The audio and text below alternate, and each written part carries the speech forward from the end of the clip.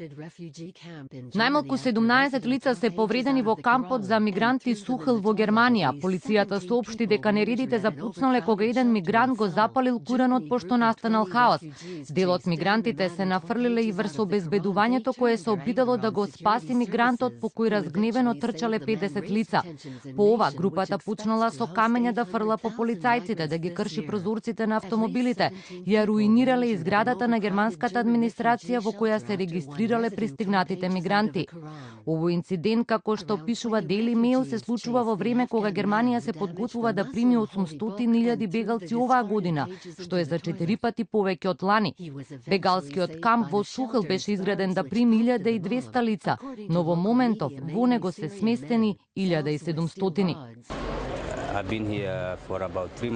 Тука сум околу 3 месеци и уште немам одговор. Не знам дали ќе останам тука.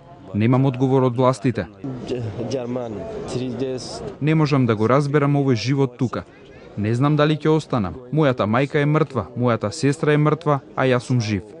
Илјадници километри подолу во пристаништето Пиреја во Грција пристигна брод со нови мигранти. Повеќе од 2400 пристигнаа на пристаништето по крвавите пресметки на грчкиот остров Кос, кој беше претходна нивна дестинација.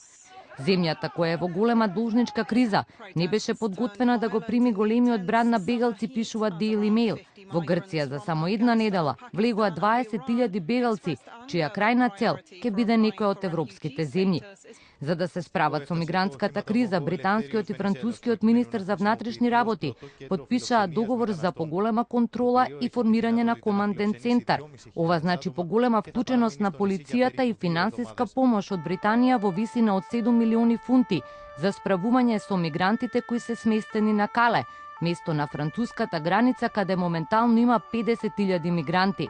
Најголем број од нив се од Еритреја, Сирија и Судан. Во меѓувреме и денеска во кампот бегалците демонстрираа извикувајќи: "Ние не сме животни и отворете ги границите." Зголемени безбедносни мерки на границата со Турција спроведува и Бугарија, каде моментално 25.000 лица поднеле барање за да добијат бегалски статус. А Унгарија проблемот со бегалците одлучи да го реши со изградба на заштитна ограда на границата со Србија. Привршува новата безбедносна ограда долга 175 километри, која треба да ги задржи мигрантите надвор од нивната земја.